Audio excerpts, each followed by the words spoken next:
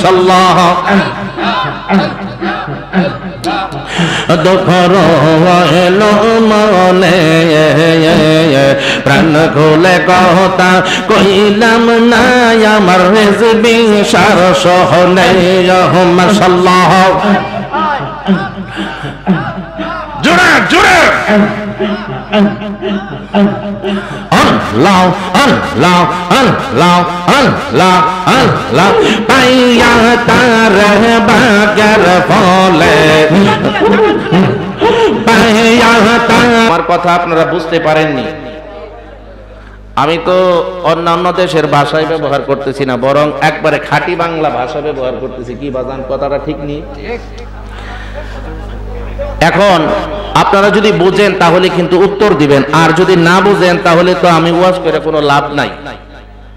অর্থাৎ শিক্ষক যখন ক্লাসের মধ্যে পড়ায় তখন কিন্তু স্টুডেন্টরা উত্তর দেয় কথার ফাঁকে, যারা বুঝতে পারে তারা কিন্তু কথার ফাঁকে ফাঁকে উত্তর দেয়। তখনই শিক্ষক বুঝতে পারে যে না, আমি এই ক্লাসের মধ্যে সুন্দর করে পড়াইতে পারছি, আমি সার্থক।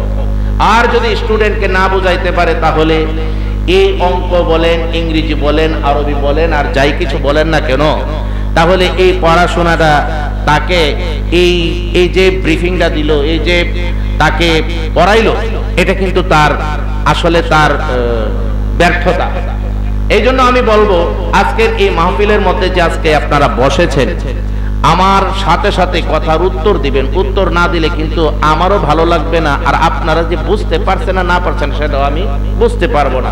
এই জন্য উত্তরটা চাই আপনাদের কাছ থেকে। আপনারা কি জবানটা খুলবেন না বন্ধ করবেন?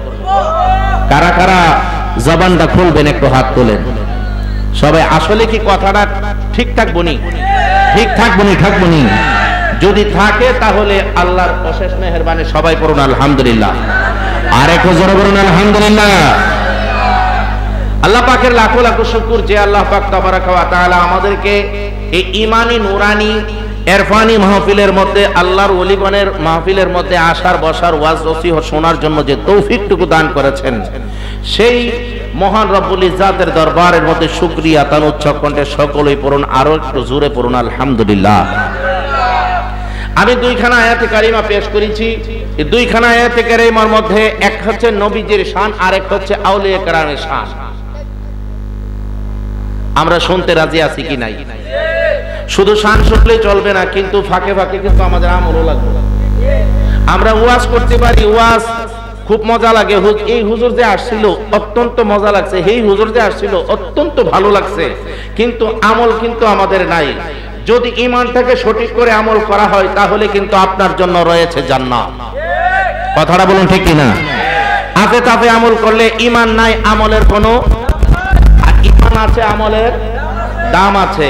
তাহলে আমরা যেহেতু আল্লাহর রহমতে নবীর প্রেমিকের দল, আউলিয়া কেরামের দল, সেই হিসাবে আমরা মনে করতে পারি আমাদের ঈমানটা রেখে এনে বসা চাই। কথাটা বলুন ঠিক কি না? এক দূরে সরে পড়ুন আল্লাহুম্মা সাল্লি আলা সাইয়্যিদিনা মুহাম্মাদিন নাবিয়ানা মাওলানা মুহাম্মাদিন নাবিয়ানা মাওলানা মুহাম্মাদ আল্লাহুম্মা সাইয়্যিদিনা মুহাম্মাদ। আসুন আমার দয়াল নবী বসেন আমাদের হৃদয়ে, আসুন দয়াল নবী বসেন আমার হৃদয়ে। দুই নয়ন ভাই প্রাণ পাখিতে জীবনে হায়রে, দুই নয়ন ভাই প্রাণ পাখিতে জীবনে। আল্লাহুম্মা সাল্লি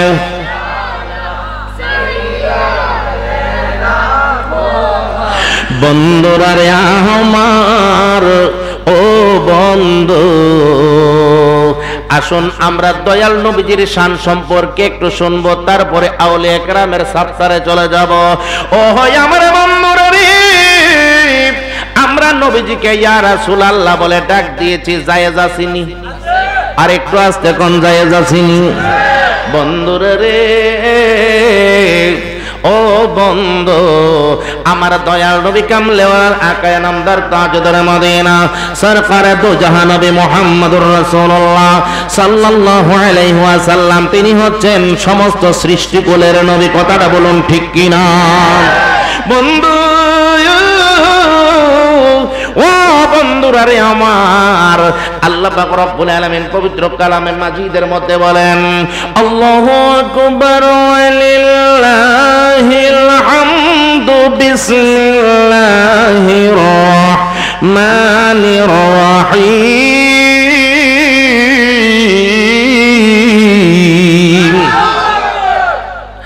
লা তাজআলু দুআ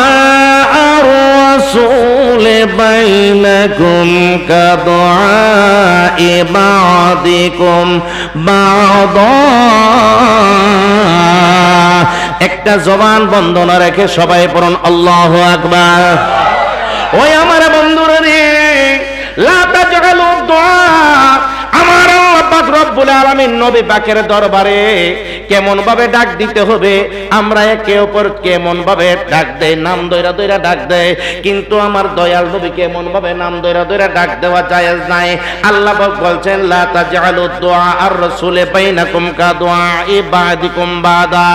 একে অপরকে যেমন ভাবে নাম দইরা দইরা ডাকি, তেমনি ভাবে আমার নবীজিকে নাম দইরা ডাকার কোনো সুযোগ নাই। ইয়া মুহাম্মদ এমন ভাবে ডাক দেওয়া, আমার নবীজিকে এমন ভাবে ডাক দিতে আল্লাহ নিষেধ করেছেন। কথাটা বলুন ঠিক কিনা? কিন্তু আমরা একে অপরকে যেমন ভাবে এক ভাই আরেক ভাইকে ডাক দেই, এই আব্দুল করিম, এই আব্দুর রহিম, এই এমুক তেমুক করে নাম ডাক দেই, কিন্তু আমার নবীজিকে এমন ভাবে নাম ধরে ধরে ডাক দেওয়া জায়েজ নাই। আল্লাহ পাক রব্বুল আলামিন পবিত্র কোরআনে তার প্রমাণ করেছে। এমনকি এই কথা পর্যন্ত বলা হয়েছে, লা তারফাউ আসওয়াতাকুম ফাওকা সাওতিন নবী ওয়া লা তাজহারু লাহু বিল কওলি কাজহরি বা'দিকুম লিবা'দ আন তাহবাতা আমালুকুম ওয়া আনতুম লা তাশউরুন। বন্ধু ও বন্ধুরা রে আমার, আল্লাহ পাক রব্বুল আলামিন ইয়া আইয়ুহাল্লাযীনা আমানু, ঈমানদারদেরকে বলছে। কাকে? জোরে বলুন কাকে? ঈমানদারদেরকে আল্লাহ পাক রব্বুল আলামিন ইয়া হরফে নিদা এমনি ভাবে ডাক মেরে বলতেছেন, ইয়া আইয়ুহাল্লাযীনা আমানু, হে ঈমানদারেরা, লা তারফাউ আসওয়াতাকুম ফাওকা সাওতিন নবী, তোমরা আমার নবীজির কণ্ঠস্বর যত বড় তার উপরের কণ্ঠ কইরা তোমরা কথা বইলো না নবীর সামনে। সুবহানাল্লাহ। তাহলে নবীর সামনে যদি নবীর সামনে নবীজির সামনাসামনি যদি এমন নবীজির যে কণ্ঠস্বর আছে, এই কণ্ঠস্বর থেকে যদি তোমাদের কণ্ঠটা বড় হয়ে যায়, তাহলে কি হবে? আনতা হাবাতা আমালুকুম ওয়া আনতুম লা তাশউরুন। আল্লাহ তাআলা বলতেছেন, হে ঈমানদাররা, তোমরা যদি নবীর কণ্ঠের উপরে তোমাদের কণ্ঠকে করো, তাহলে তোমাদের যত আমল আছে সমস্ত আমল ঝইরা পড়বে, তোমরা টের পাইবা না। তাহলে বোঝা গেল এটা নাজিল হয়েছে একটা কারণে, কিন্তু হুকুমটা থাকবে নজলে খাস, হুকমে আম। একটা নাজিল হয়েছে যে কোনো একটা কারণে, কিন্তু আমার নবীজিকে উপলক্ষ কইরা এখানের মধ্যে নাজিল হয়েছে, কিন্তু হুকুমটা কিয়ামত পর্যন্ত থাকবে। নবীজির সামনে জোরে সুরে কথা বলা যাবে না। একজন মুর্শিদ আমার হক, প্রকৃত মুর্শিদ আমার হক যিনি থাকবেন, তার সামনে উচ্চ কণ্ঠে কথা বলা যাবে না। কথা বলুন ঠিক কিনা? আরেক বছর বলুন ঠিক কিনা? জন্ম আমার নবীর যুগে হলে কেমন হতো, জন্ম আমার নবীর যুগে হলে কেমন হতো, দুনয়নের রাসূল পাক দেখিলে কেমন হতো,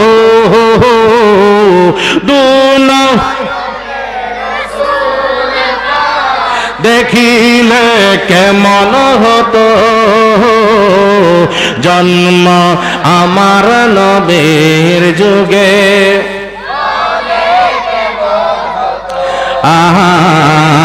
জন্ম আমার নবীর যুগে হলে কেমন হতো, আসতো ভেসে হযরতে বিলালের মধুর আযান, আসতো ভেসে হযরতে বিলালের মধুর আযান, যে আজানে ছিল এতই প্রেম মুগ্ধ রহমান, দয়াল নবীর পিছে নামাজ পড়লে কেমন হতো, দয়াল পড়লে কেমন হতো, দুনয়নের রাসূল দেখিলে কেমন হতো,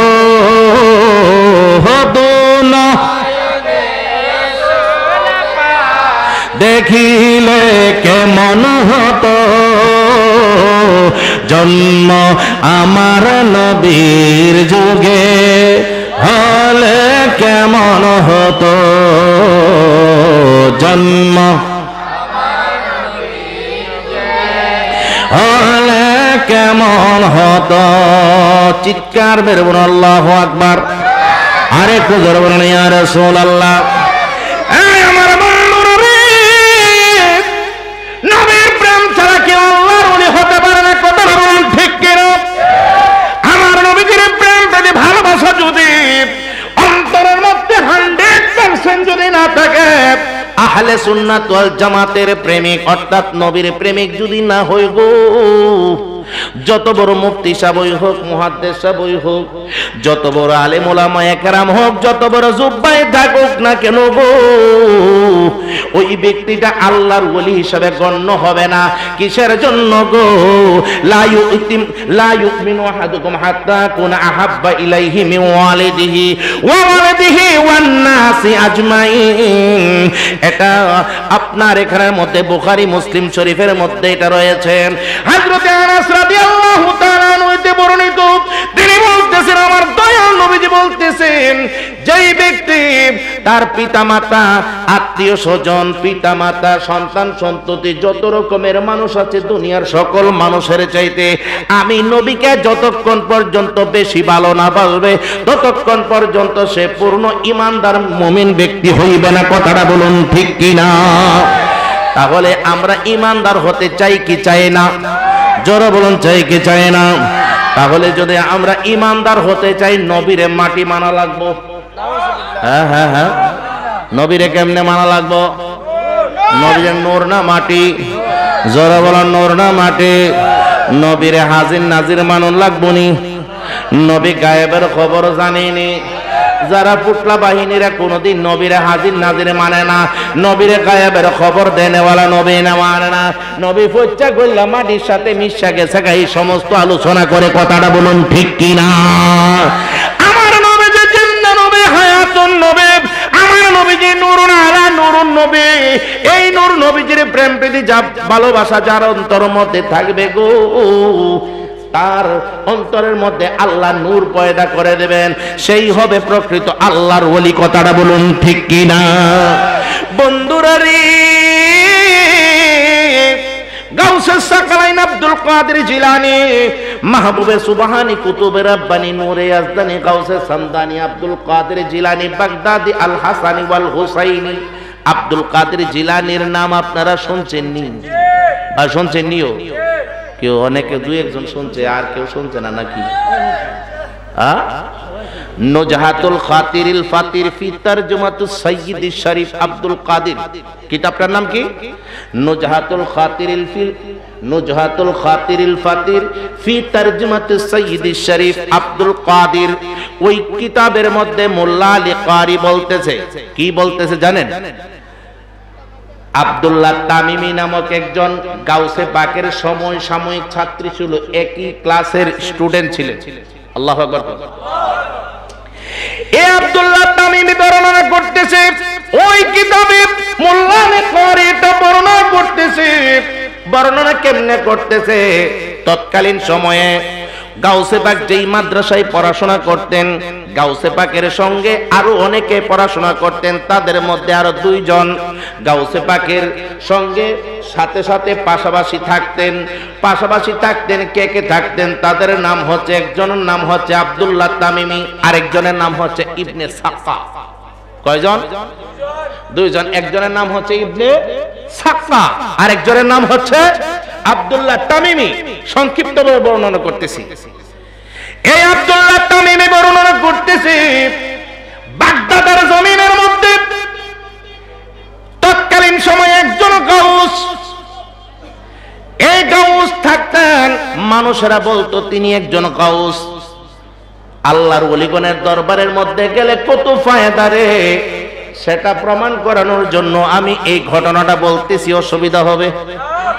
বন্ধুরা রে আমার, ও বন্ধু, যিনি মহিউদ্দিন জিলানী, নবীর প্রেমে কুরবানি, প্রেম ভরে আশেকে তোমরা ডাকো না তারে, চিনলে না আশেকে রে তুই গাউসে পাকে রে, চিনলে না পাগল রে তুই গাউসে ধনে রে।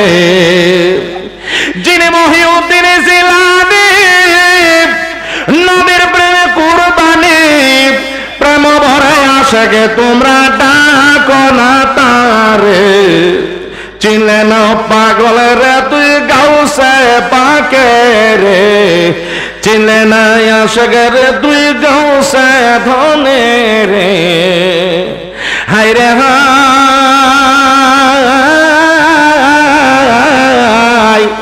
যিনি মাতৃগর্ভে আসিয়া বাগের সুর দরিয়া উদ্ধার করলো গাউসে পাকে, মা জননী রে। ঠিক কিনা? ঠিক কিনা? আরো জোরে বলুন ঠিক কিনা? হায় রে হায়,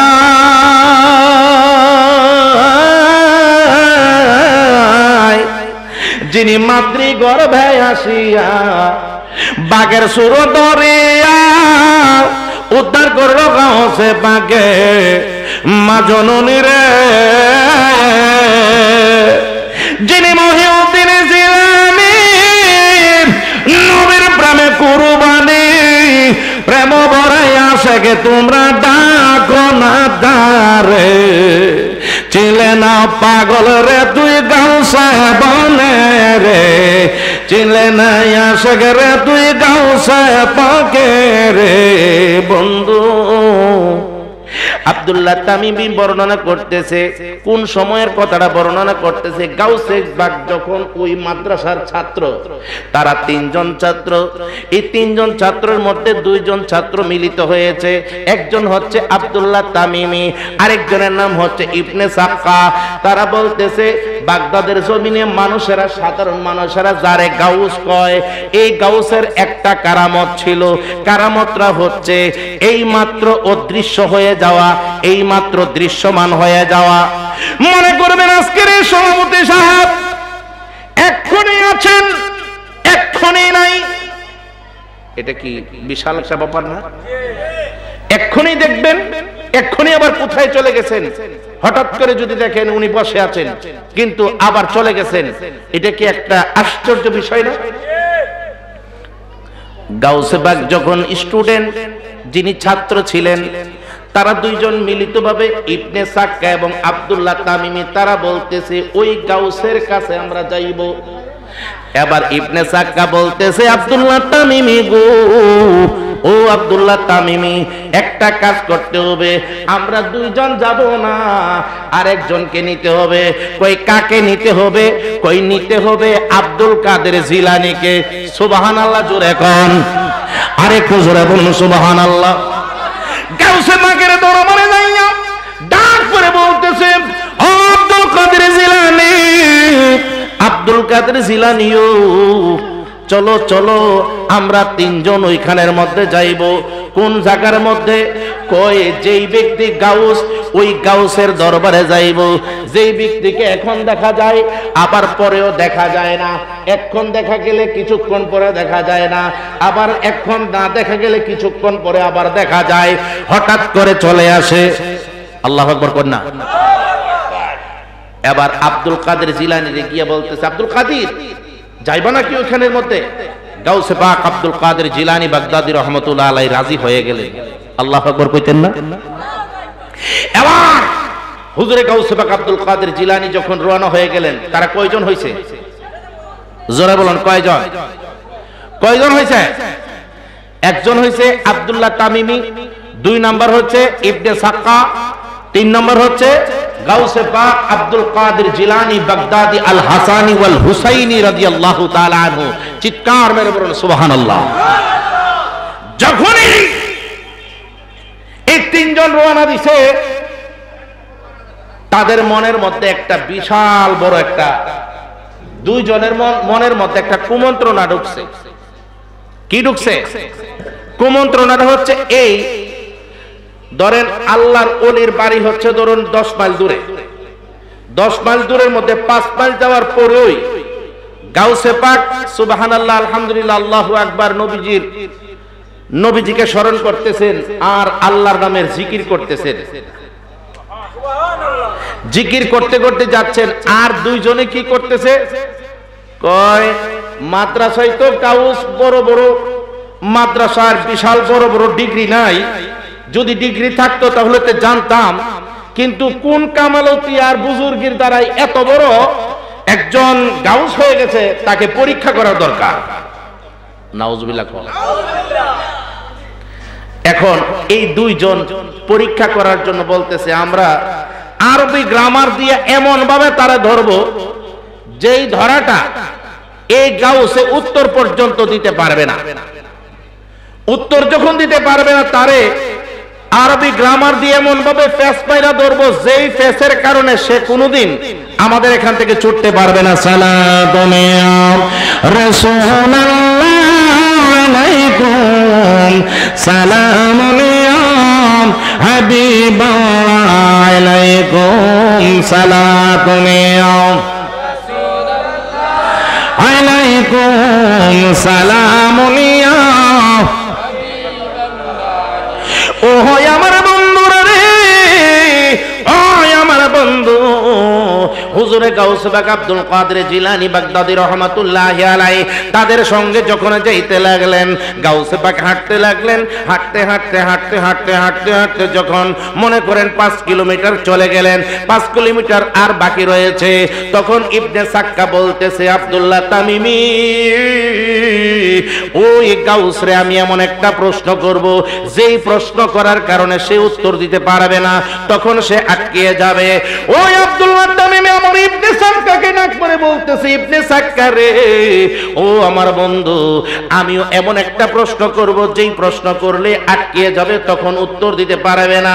যত রকমের কারামতি থাকুক, কিন্তু এই কারামতি আমাদের সামনে বড় হইতে পারবে না।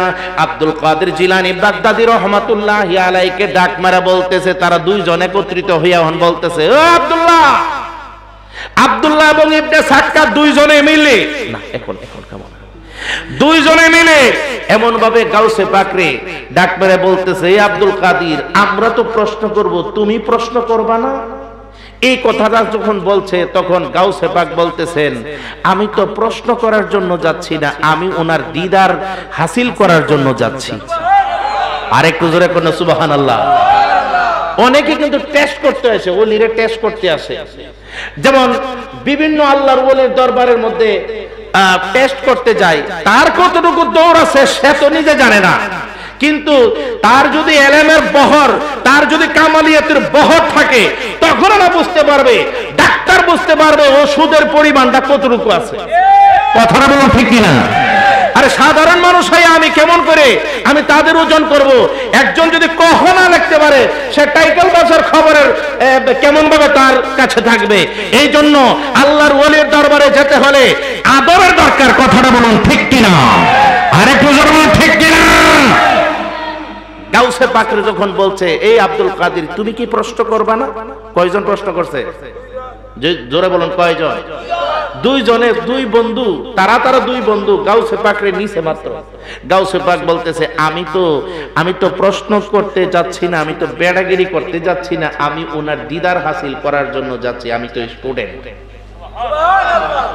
এই কথা বলার পরে তারা বলতেছে, ও আব্দুল কাদির, আসলে তো তুমি তো এখনো সঠিক হইয়া সারছো না, তুমি এত ভালো স্টুডেন্ট, আমাদের চেয়ে ভালো স্টুডেন্ট, তুমি যদি প্রশ্ন করো এমন ফেস মাইরা দিতে পারবা, গাউস কই ফাটতা ভাই বলে তোমার কাছে। নাউজুবিল্লাহ কোন না? বন্ধুরে আমার ও বন্ধু, যিনি মহিউদ্দিন জিলানী, আল্লাহু আকবার কইতেন না? গাউসে পাক আব্দুল কাদের জিলানী বাগদাদী রহমাতুল্লাহি আলাইহি বলতেছেন, আমি বেটাগিরি করার জন্য যাচ্ছি না, ওনার দিদার হাসিল করার জন্য, ফয়েজ হাসিল করার জন্য যাচ্ছি রে বাবা। এই কথা বলে তারা যখন যাচ্ছে গো, তখন সঙ্গে সঙ্গে তারা ওই গাউসের কাছে গেল। গাউসের যেইখানের মধ্যে তিনি চেয়ারের মধ্যে বসেন, যেই গড়টার মধ্যে খানকা শরীফের মধ্যে বসেন, অনেক মানুষ দেখতেছে এখানের মধ্যে জড়ো হয়ে আছে, কিন্তু হঠাৎ করে গিয়ে দেখেন গাউস ওইখানের মধ্যে নাই, আল্লাহর ওলি এখানের মধ্যে নাই। তারা যখন বসলেন, বসার পরে কিছুক্ষণ পরে হঠাৎ করে আবার ভেসে উঠলেন উনি কুরসির মধ্যে, অর্থাৎ চেয়ারের মধ্যে বৈশা রয়েছেন। যখন বৈশা রয়েছে, হঠাৎ করে ইবনে সাক্কা একটা প্রশ্ন করতেন। ইবনে সাক্কা প্রশ্ন করার জন্য প্রস্তুত হয়ে গেল। ইবনে সাক্কা যখন প্রশ্ন করার জন্য প্রস্তুত হয়ে গেল, এখনো প্রশ্ন করে নাই রে বাবা। হঠাৎ করে আল্লাহর ওলি ওই গাউস, যাকে মানুষে গাউস বইলা ডাকে গো, হঠাৎ করে তিনি নিজের চেয়ারের মধ্যে উপস্থিত হয়ে গেলেন। কোত্থেকে যে আসতেন কেউ বুঝতে পারলো না। এবার ইবনে সাক্কার দিকে যারা প্রশ্ন করেন না ফিলার, হের দিকে তাকাইয়া তাকাইয়া বলতেছে, হে ইবনে সাক্কা। ইবনে সাক্কা কি নাম বলছে? ইবনে সাক্কা কিন্তু নাম বলে নাই। নাম না বলার পরেও গাউসে পাকের এই দিক দিয়ে চুপ করে বসে আছেন। আর আল্লাহর ওলি ওই যে গাউস, তিনি ইবনে সাক্কার দিকে তাকায়া বলতেছে, হে ইবনে সাক্কা, তুমি আমাকে প্রশ্ন করবা। কি প্রশ্ন করবা? তোমার প্রশ্ন এটা ছিল আর উত্তর হচ্ছে এটা। আল্লাহু আকবার বলেন না? তবে ইবনে সাক্কাকে একটা হুঁশিয়ারি সংকেত ওই আল্লাহর ওলি বলতেছে, এই ইবনে সাক্কা, তুমি মনে করেছো আমি আটকিয়ে যাব, কিন্তু না, আমি কোথা থেকে আমি সেই ইলম অর্জন করেছি, তুমি দুনিয়ার কিতাবাদের মধ্যে তুমি সেই ইলম পাইবে না যেটা আমি পেয়েছি স্বয়ং নবীজির মাধ্যমে। খোদার দরবার থেকে একটা জবান বন্ধ রাখবেন না। চিৎকার মেরে বলুন, আরেকটু জোরে বলুন আল্লাহু আকবার।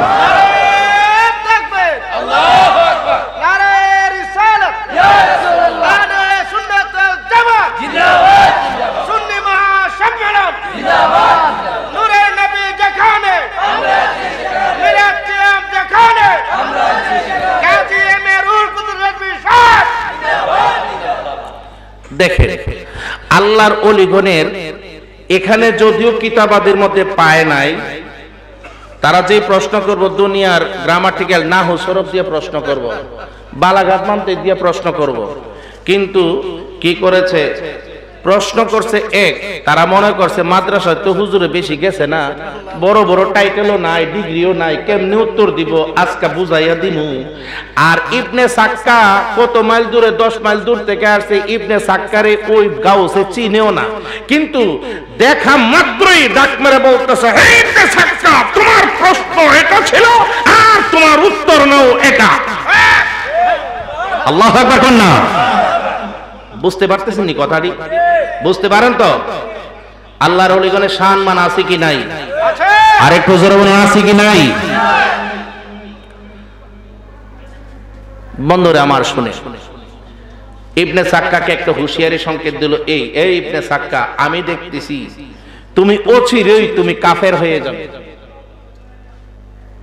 তুমি অচিরেই কিছুদিনের মধ্যেই তুমি বেঈমান হয়ে যাবে, তুমি মুসলমান হইয়া তুমি এলেম শিক্ষা অর্জন করতেছো, কিন্তু তুমি ইসলামের উপর থাকতে পারবে না, বরং তুমি বেঈমান হয়ে যাবে, আর আমি দেখতেছি তোমার ঠিকানা হবে জাহান্নামে। আল্লাহু আকবার কইতেন না? একজন রইছে, একজন চলে গেল, কি না টিস্যু আছে না, অসুবিধা নেই, অসুবিধা নেই, কোনো ক্ষতি নেই। এখন শুনে, ইবনে সাক্কাকে বিদায় করলো কি দিয়া? সে কি হয়ে যাবে? জাহান্নামী। কিসের জন্য? সে বেঈমান হয়ে যাবে। তাহলে আল্লাহর ওলিগণ তাদের অন্তরের দৃষ্টি দিয়ে অনেক কিছু দেখতে পারে, কারণ তাদের চক্ষুটা থাকে লৌহে মাহফুজে। তাদের চক্ষুটা থাকে কি? লৌহে মাহফুজত পিছে আউলিয়া আনচে মাহফুজত মাহফুজ আজ খাতা। চিৎকার মেরে বলুন সুবহানাল্লাহ।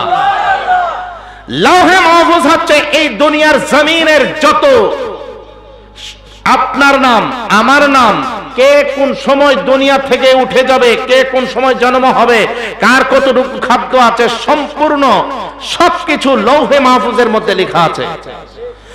ওই আল্লাহর ওলিগণের দৃষ্টি হচ্ছে লৌহে মাহফুজের মধ্যে। কে কখন কি বলবে না না বলবে, কার ঘরের মধ্যে কি সন্তান হবে, লৌহে মাহফুজের মধ্যে হচ্ছে তাদের চক্ষু। লৌহে মাহফুজের মধ্যে যখন তাকায়, তখন তাদের সবকিছু তারা লৌহে মাহফুজের দিকে তাকায়া তাকায়া প্রত্যেকের ডিটেইলস বর্ণনা করে দিতে পারে। একটা জবান বন্ধ না রেখে সবাই বলুন সুবহানাল্লাহ। তাহলে আল্লাহর ওলিগণের ক্ষমতা আসেনি? জোরে বলুন আসেনি? যারা আল্লাহর ওলির দরবারে আসতে নিষেধ করে, তারা কি আসলে দুশমনে ওলি নাকি আশেকে ওলি? তারা কি আশেকে ওলি না দুশমনে ওলি? তারা আশেকে রাসূল না দুশমনে রাসূল? তারা নবীর তারিফও শুনতে পারে না, ওলির তারিফও শুনতে পারে না। কথাটা বলুন ঠিক কিনা? আরে নবীর তারিফ অসুবিধা হইব? অসুবিধা হইব? আমার সাথে বলবেন নি, বলবেন নি, জবানটা খুলবেন নি। জবানটা খুললে কিন্তু আমাদের ক্যামেরা, আল্লাহর রহমতের ক্যামেরা কিন্তু আপনাদেরকে ধরে রাখছে। এটি হচ্ছে তথ্য প্রযুক্তির ক্যামেরা, আর এটি হচ্ছে আল্লাহর রহমতের ক্যামেরা। এই রহমতের ক্যামেরা যখন আল্লাহর দরবারে নিয়ে ওপেন করে দিবে, আপনিও দেখবেন আপনি কি করছেন, আপনার কর্মকাণ্ড। কারণ এই মাহফিলের মধ্যে বসে আপনি কতবার সুবহানাল্লাহ পড়ছেন, কতবার আল্লাহু আকবার পড়ছেন, কতবার দরুদ শরীফ পড়ছেন, আমার দয়াল নবীজির কাছে রেকর্ড আছে। কারণ আল্লাহ পাক রব্বুল আলামিন প্র্যাকটিক্যাল প্রমাণ করবেন, ওয়া ইয়াকুনার রাসূলু আলাইকুম শাহিদা। उस आयत की मुतहद्दि इबारत की उनकी उर्दू तर्जुमा ये है कि हुजूर पाक सल्लल्लाहु अलैहि वसल्लम अपनी नूरे नबुवत वजहर से दीनदार की दीन जानते हैं। उस दीनदार दीन की दर्जा तक पहुंचा। और ईमान की हकीकत क्या है कि हुजूर पाक सल्लल्लाहु अलैहि वसल्लम अपनी नेक अमल, पाक अमल सब कुछ जानते हैं। चित्कार में बोलो सुभान अल्लाह।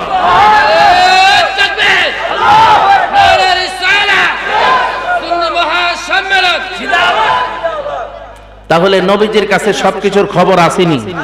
কয়টা গুনাহ করছেন, কয়টা সওয়াব করছেন, কয়বার সুবহানাল্লাহ পড়ছেন, কয়বার আল্লাহু আকবার করছেন, কয়বার নারায়ে রিসালাতের ধ্বনি দিয়েছেন, সবকিছু আমার নবীর কাছে খবর আছে। আসুন, বিদায় হলো ইবনে সাক্কা। ইবনে সাক্কা কি হয়ে যাবে? বেঈমান। ইবনে সাক্কা কি হয়ে যাবে? এক নাম্বার গেল। দুই নাম্বার হচ্ছে আব্দুল্লাহ তামিমি। প্রশ্ন করব কয়জন? জোরে কর না, কয়জন? প্রশ্ন করেন না ফিলার হচ্ছে দুইজন, আর একজন হইছে উত্তরদাতা, আর একজন চুপ। একজন ফয়েজ হাসিল করার জন্য যাচ্ছে, প্রশ্ন মনের মধ্যে নাই। তিনির নামটা না কিও কন্যা গাউসে পাক আব্দুল কাদের জিলানী বাগদাদি আল হাসানি ওয়াল হুসাইনি রাদিয়াল্লাহু তাআলা আনহু। জোরে পড়ুন না সুবহানাল্লাহ। বন্ধুরা আমার ইবনে সাক্কা বিদায় হইল। 2 নম্বরে আব্দুল্লাহ তামিমি যে এই ঘটনা বর্ণনা করতেছে, মোল্লা আলী কারি এটা বর্ণনা করছে উনার কিতাবের মধ্যে, নুজহাতুল খাতিরিল ফাতির ফি তারজুমাতিস সাইয়্যিদ শরীফ আব্দুল কাদের কিতাবের মধ্যে বর্ণনা করতেছে। ওই গাউসে ইবনে সাক্কাকে বলতেছে, তুমি হয়ে যাবা বেঈমান, তুমি তো কাফের হইয়া জাহান্নামের মধ্যে যাইবা।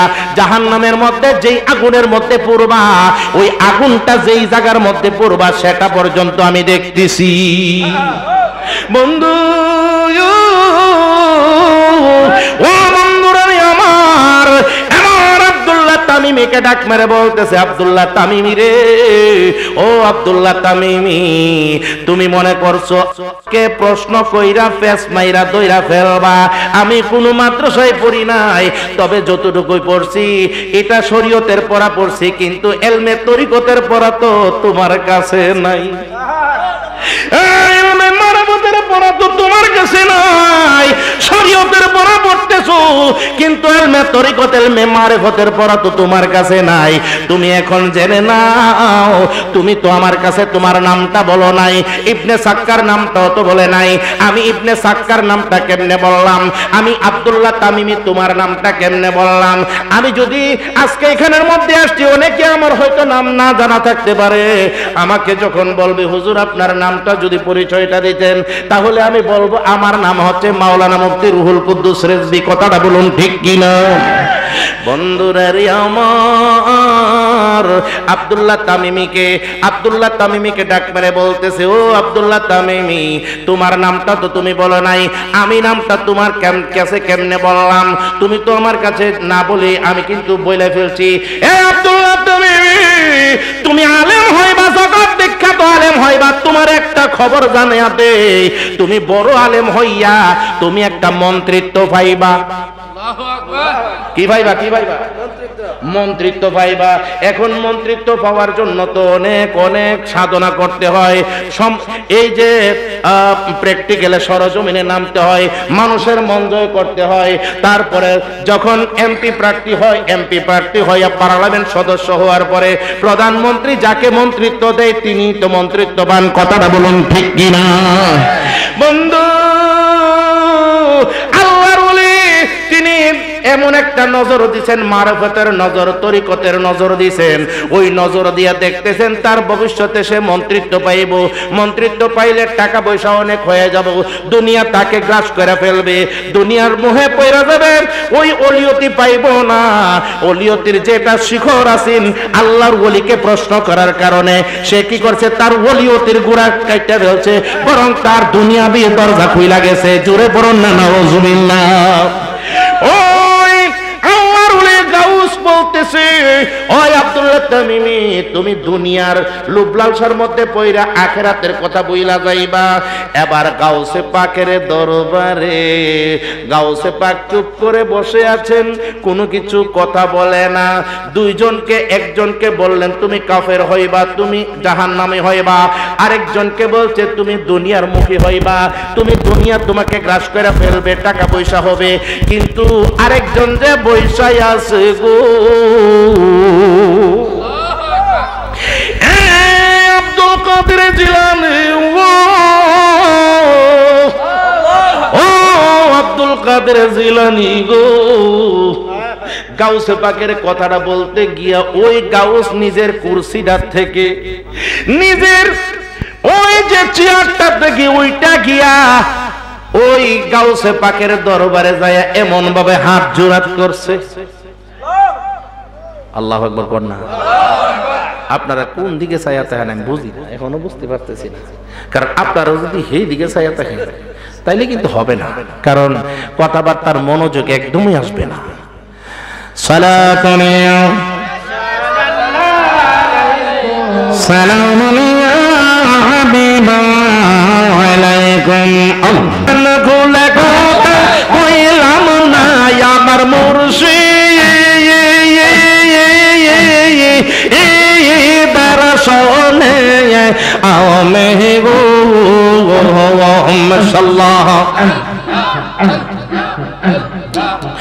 দুঃখর এলো মনে প্রাণ খুলে কথা কইলাম না আমার রিজবি সার সহনে মাশাআল্লাহ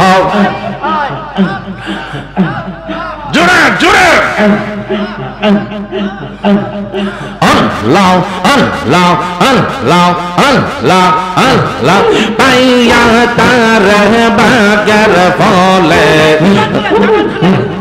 পাইয়া তার বাগের ফলে নিশির সহবনে পাইয়া তার বাগের ফলে নিশির সহবনে হারাইলাম পরম ফলে দোষ দেব কে মনে হারাইলাম মোর পরম ফলে দোষ দেব কে মনে এত করো বইল মনে প্রাণ খুলে কথা কইলাম না আমার হুসাইনের সহনে দুঃখ রইল মনে মন খুলে কথা কইলাম না আমার রেজবি মাওলার সহনে মাশাআল্লাহ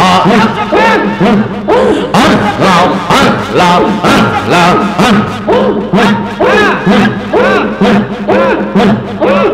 কত কথা কইলাম আমি নিশির সহপনে কত কথা কইতাম আমি নিশির সহপনে সময় থাকতে দৌড়ে না বাবার চরণ সময় থাকতে দৌড়ে না বাবার চরণ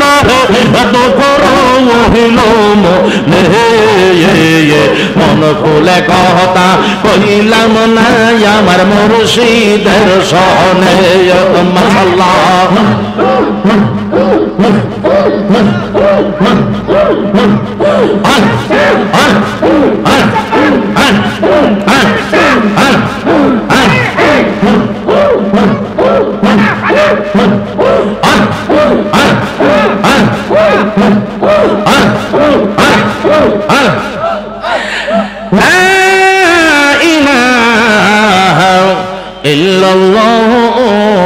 মুহাম্মাদুর রাসূলুল্লাহ সাল্লাল্লাহু আলাইহি ওয়াসাল্লাম জিকির হচ্ছে আসলে ফাঁকে ফাঁকে একটু দিতেছি কারণ আবার কথা চার্জ তো একটু একটু হালকা হালকা করতে হয় এই জন্য আপনারা তো অবস্থাটা আমি বুঝতেছি এই জন্য একটু একটু ফাঁকে ফাঁকে না দিলে দেখতেছি যে আপনাদের অবস্থাটা খুব করুন চিৎকার মেরে বলুন আল্লাহু আকবার আর একটু জোরে বলুন ইয়া রাসূলুল্লাহ গাউসে পাকের সামনে এসে ওই গাউস কি করলে জানেন এমন ভাবে দাঁড়িয়ে সম্মান করলেন দুইজনের কাছে দুইজনকে এমন ভাবে বিদায় করলেন কি বলে হুঁশিয়ারি সংকেত দিয়ে আর গাউসে পাক কোনো প্রশ্ন করেন না কি গাউসে পাক কি ওই গাউসকে কোনো প্রশ্ন করবে প্রশ্ন করবেন না তিনি বলতেছেন কি আমি দিদার হাসিল করার জন্য যাচ্ছি আমি স্টুডেন্ট আমি এখন কিছু বলবো না আসলে তো তিনি মাদ্রাসা তলি তিনি মাদ্রাসা বলে তিনি যে কত বড় ওলি সেটা প্রমাণ হবে পরে গাউস পাক আব্দুল কাদের জিলানী বাগদাদি রাহমাতুল্লাহ আলাইহির কাছে গিয়ে যখন এমন ভাবে হাত জোড়াত করে দাঁড়াইলেন ও আব্দুল কাদের জিলানী বাগদাদি আল্লাহু আকবার জোরে কয়েন গাউস পাক আব্দুল কাদের জিলানী বাগদাদি রাহমাতুল্লাহ আলাইহির কাছে যাই এমন ভাবে যখন দুইটা হাত জোড়াত করে বললেন তখন সঙ্গে সঙ্গে বলতেছেন, ও গাউস আব্দুল কাদের, আমি দেখতেছি আপনি তো আমাকে কোনো প্রশ্ন করবেন না, আপনি রাস্তার মধ্যে বলে আসছেন, আমি দিদার নসিব করতে যাচ্ছি। তবে আমি একটা কথা আপনাকে বলে দিচ্ছি, আমি দেখতেছি আমার দৃষ্টিতে, আমি মারিফতের দৃষ্টিতে, আমি হাকিকতের দৃষ্টিতে দেখতেছি বাগদাদের জমিনের মধ্যে, বাগদাদের মঞ্চের মধ্যে উঠে হাজার হাজার মানুষের সামনে দাঁড়িয়ে আপনি বক্তব্য রাখছেন আর বলতেছেন আমার দুইটা কদম সমস্ত দুনিয়ার যত আল্লাহর ওলি আছে সবার কাঁধের মধ্যে আপনার দুইটা কদম রাখতেছেন। কদমে হাযিহি আলা রাকাবাতি কুল্লি ওয়ালি আল্লাহ, তোমার কদম যার উপরে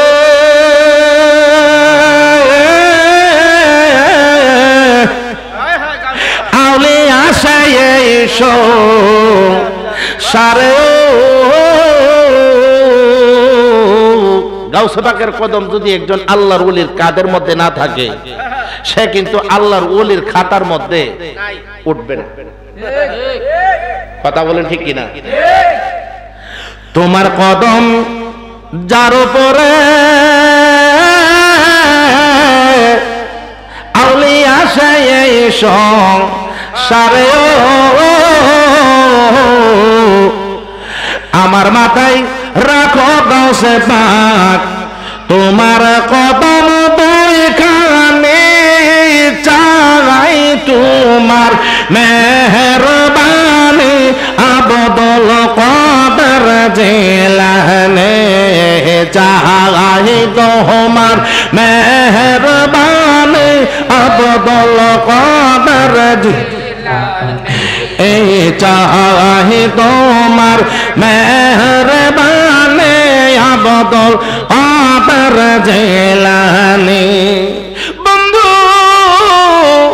গাউসে পাক আব্দুল কাদের জিলানী বাগদাদী রহমাতুল্লাহি আলাইহি এই কথাটায় তিনি বলতেছেন, ও গাউসে পাক আপনি তো একজন স্টুডেন্ট, তবে আপনি প্রত্যেক আল্লাহর ওলির কাদের মধ্যে আপনার কদমটা থাকবে। গাউসে পাক আব্দুল কাদের জিলানীর কথাটা কেমন হলো পরবর্তীতে, ইবনে সাক্কার কথাটা পরবর্তীতে কেমন হইল, আব্দুল্লাহ তামিমির জীবনটা কেমন হইল, আব্দুল্লাহ তামিমি পরবর্তীতে গাউস থেকে যখন আলাদা হইল, পরবর্তী জীবনের কথা আব্দুল্লাহ তামিমি বর্ণনা করতেছে, দুনিয়াবাসীরা রে, আমরা মনে করছিলাম ফান করার জন্য এই গাউসের নিকটে গেছিলাম, আমরা পরীক্ষা করার জন্য গেছিলাম, একজন তো পরীক্ষা করার জন্য যাইনি, আমরা দুই বন্ধু শুধুমাত্র পরীক্ষা করতে গেছিলাম। দুই বন্ধু যারা ইবনে সাক্কার, আমি আব্দুল্লাহ তামিমি পরীক্ষা করতে গিয়ে আমরা ঠকে গেলাম গো। আর একজন পরীক্ষা করতে যায় নাই, জিয়ারতে হাসিল করার জন্য গেছিল, তিনি হচ্ছেন আব্দুল কাদের জিলানী, তিনির জীবন ধন্য হয়ে গেছে। কেমন ধন্য হয়ে গেছে? ওই ইবনে সাক্কার ব্যাপারে প্রথমত ওই গাউস বলছিল, ওই ইবনে সাক্কার তুমি তো কি হয়ে যাইবে, তুমি তো বেঈমান হয়ে যাইবা। বড় ইবনে সাক্কার পরবর্তীতে বিশাল বড় জ্ঞানের অধিকারী হইল, বড় বড় ডিগ্রি লাভ করছে। কি করছে? বড় বড় ডিগ্রি লাভ করছে। ডিগ্রি লাভ কইরা অহংকারে তার মনের মধ্যে বিশাল বড় অহংকার চলে আসছে। বিয়ের যখন বয়স হয়েছে, মা বাবা বিয়া চায়, পছন্দ হয় না, নাউজুবিল্লাহ কর না।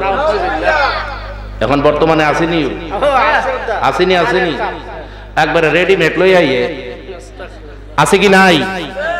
মা বাবার কথা শুনে না, যুবক বয়সে বলতেছে, বাবারে এখন তো আমার একটা চিন্তা ভাবনা আছে তোর ব্যাপারে। তো আব্বা, চিন্তা ভাবনা আমার জন্য আপনি কইরেন না, আছে কি নাই বাবা?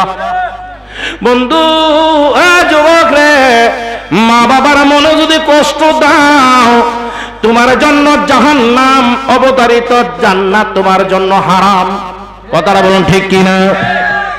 মাকে কষ্ট দিও না, বাবাকে কষ্ট দিও না, কারণ মা বাবার কথা যদি না মানো, তাহলে তো একদিন তোমাকে জাহান্নামে সারা জীবন ভোগ করতে হবে।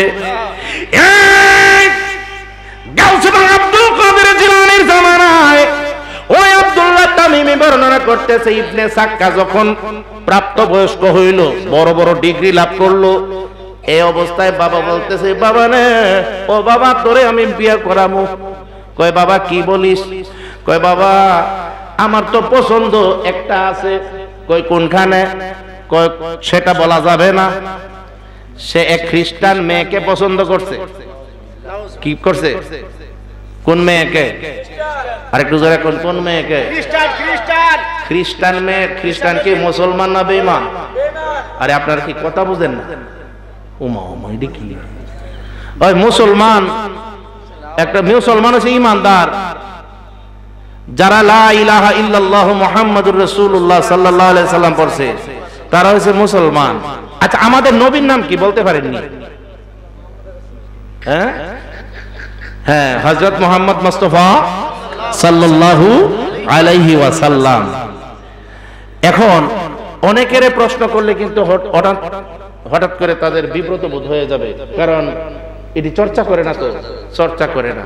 আমাদেরকে জানা রাখা দরকার, কোরআন হাদিস সম্পর্কে আমাদের জ্ঞান থাকা দরকার।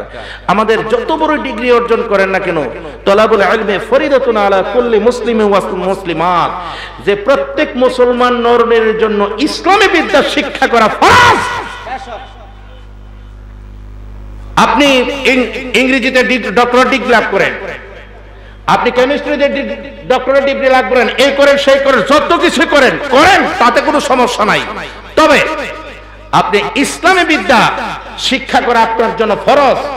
কারণ ইসলামী বিদ্যা যদি আপনি শিক্ষা গ্রহণ না করেন, কোন জায়গার মধ্যে কোনটা করতে হবে সেটা আপনি পারবেন না, আল্লাহর কাছে গিয়ে আপনি জবাবদিহি করতে পারবেন না। এই জন্য কি করতে হবে? আমাদের ইসলামী বিদ্যা শিক্ষা গ্রহণ করা ফরজ। আমার দয়াল নবীজির জবান মোবারকের বাণী, চিৎকার মেরে বলুন সুবহানাল্লাহ। এবার আব্দুল্লাহ তামিমি পছন্দ কারে? খ্রিস্টান এক মেয়েরে। জোরে বলুন কারে? এমন রূপবতী মাইয়া, ও নাকে মুখে চোখে ডাগর ডাগর, বড় বড় চক্ষু, নাক চুকু, এমন এমন দেখতে শুনতে এত ভালো, কিন্তু আসল জিনিসটা বালাডা। আসল জিনিসটা কোনটা? জোরে কোন কোনটা? ঈমান নাই। কিন্তু এতদিন যে ডিগ্রি লাভ করছে, ওই আল্লাহর ওলির সাথে বেয়াদবি করছে, ওই বেয়াদবির পরিণাম কি হয়ে গেছে দেখেন। ওই গাউসের সঙ্গে বেয়াদবি গিয়া করছে, আর গাউসের দুঃখ পাইছে, এখানের মধ্যে লাগিয়া গেছে গা। কারণ গাউস কিন্তু এখানের মধ্যে বদদুয়া দিছে না, আল্লাহই কিন্তু ধরে লাইছে। আল্লাহর ওলির পক্ষে কে আছে? জোরে কোন কে আছে? আল্লাহ আছে। আমার রেজবি মাওলারে ছড়ি দিয়ে আঘাত করছে, সে মনে করছে আমি সাকসেস, কিন্তু রেজবি মাওলা জীবিত থাকতেই এই বেড়া দুনিয়া থেকে আউট। বুঝছিনি কথাটা?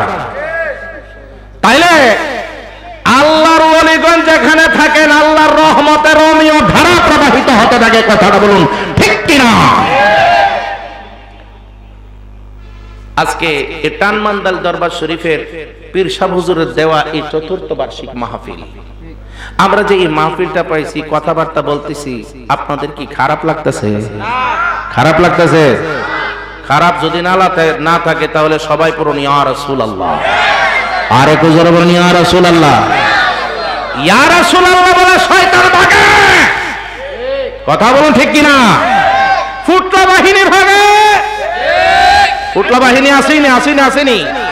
তাদের কিতাবের মধ্যে পাওয়া যায়, आजकल ख्वाब में मुझ पर उलूम सही काल का होता है, इसलिए कोशिश करो मुझे रियाज ज्यादा है। खुशकी की वजह से रियाज कम होने लगी थी। तुमने हकीम साहब और डॉक्टर की मशहूरी से शहर में तेल की मालिश कराई, जिससे निरंतर तरक्की हो गई। आपने फरमाया कि उस तबलीग का तरीका भी मौत पर ख्वाब में मुनकशिफ हुआ। अल्लाह ताला की इरशाद है, कुंतुम खैरा उम्मतिन उखरिजत लिन्नास, तामुरुना बिल मारूफ व तनहाउना अनिल मुनकर व तु'मिनुना बिल्लाह। की तफसीर ख्वाब में क्या हुई कि तुम इसलिए अंबिया अलैहिस्सलाम की लोगों के लिए जाहिर की गए हो, और उस मतलब को उखरिजत से ताबीर करने में उस तरफ भी इशारा है कि एक जगह जमकर काम ना होगा, बल्कि दौर पे दौर जरूरत निकलनी हो गई। तुम्हारा काम अमर बिल मारूफ দরকার হে জবানটা বন্ধ না কইরা আকাশ পাতালকে মোহরিত করে উত্থাপন করেন নাউজুবিল্লাহ। আর একটু জোরে কোন নাউজুবিল্লাহ। আমি যেই জোরে বলছি আপনারা এটা হইছে। আচ্ছা, তারা আমার নবীরে ভালোবাসে না, নবীরে আমরার মতো রক্তে মাংসে গড়া ভুল ভ্রান্তিতে ভরা একজন সাধারণ মানুষ মনে করে। আউলিয়ার প্রেমের কথা তারা শুনতে পারে না, নবীর প্রেমের কথা তারা শুনতে পারে না।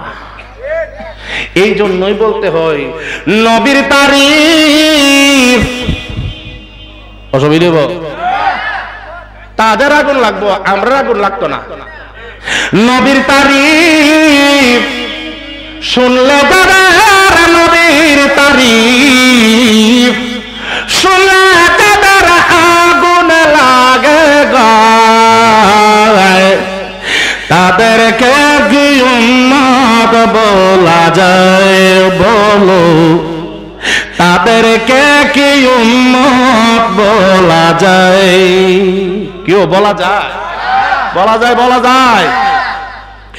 নবীর তারিফ শুনলে যাদের, নবীর তারিফ শুনলে যাদের আগুন লাগে গায়।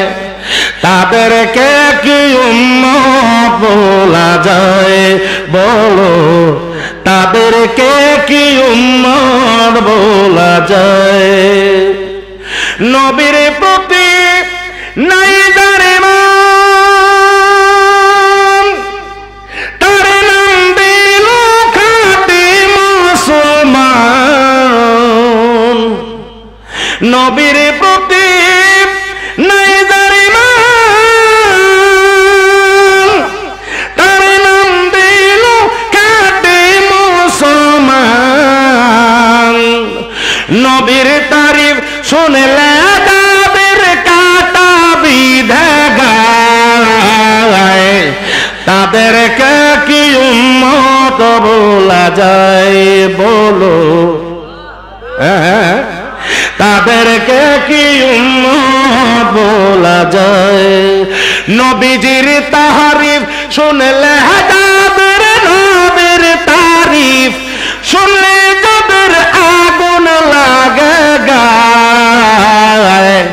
তাদেরকে কি উম্মত বলা যায় বলো, তাদেরকে কি উম্মত বলা যায়? বলা যায়? আল্লাহু আকবার। আরেকটু জোরে আল্লাহু আকবার।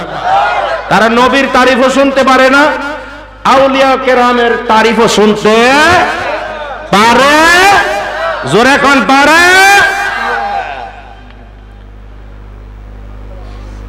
এবার পছন্দ, পছন্দ না কোনটা? খ্রিস্টান মেয়ে। এবার খ্রিস্টান মেয়ে পছন্দ করছে, খুব সুন্দরী গো। এবার বাবার কাছে কইছে, আব্বু পছন্দ তো হইছে, কোন জায়গাতে বাবা? তুমি তো উপযুক্ত শিক্ষিত হয়েছো, তোমার একটা বুঝ জ্ঞান আছে বাবা, এখন তুমি যেখানে বলো সেখানে হইতে পারে, কোন জায়গায় দেখে লই না। মনে তো করছে মুসলমান পরিবারের মধ্যে যোগ্যতম ফ্যামিলি, ওইখানের মধ্যে যদি যাওয়া হয় তাহলে তো আর কোনো আমার সমস্যা নাই, আমার তো বুঝদার ছেলে। অনেক সময় বুঝদার ছেলেরও অবুঝের কাজ করে বসে। যুবক, চিন্তা করে চলবা, কোন জায়গার মধ্যে কদম দিতেছ সেটা একটু চিন্তা করলে তুমি বুঝতে পারবা ভবিষ্যৎ জীবনে তোমার কি হবে। আজকে মুড়ে মুড়ে বৈশা, অন্ধকারের মধ্যে বৈশা মদ গাঁজা টানছ, ফ্যান্সি টানছ, কিন্তু তোমার পরবর্তী জীবন হবে অন্ধকার। কথা বলুন ঠিক কিনা? এবার বলছে যে আব্বু আমার তো পছন্দ হয়েছে, কোনখানে? কই ওই খ্রিস্টান মেয়ে।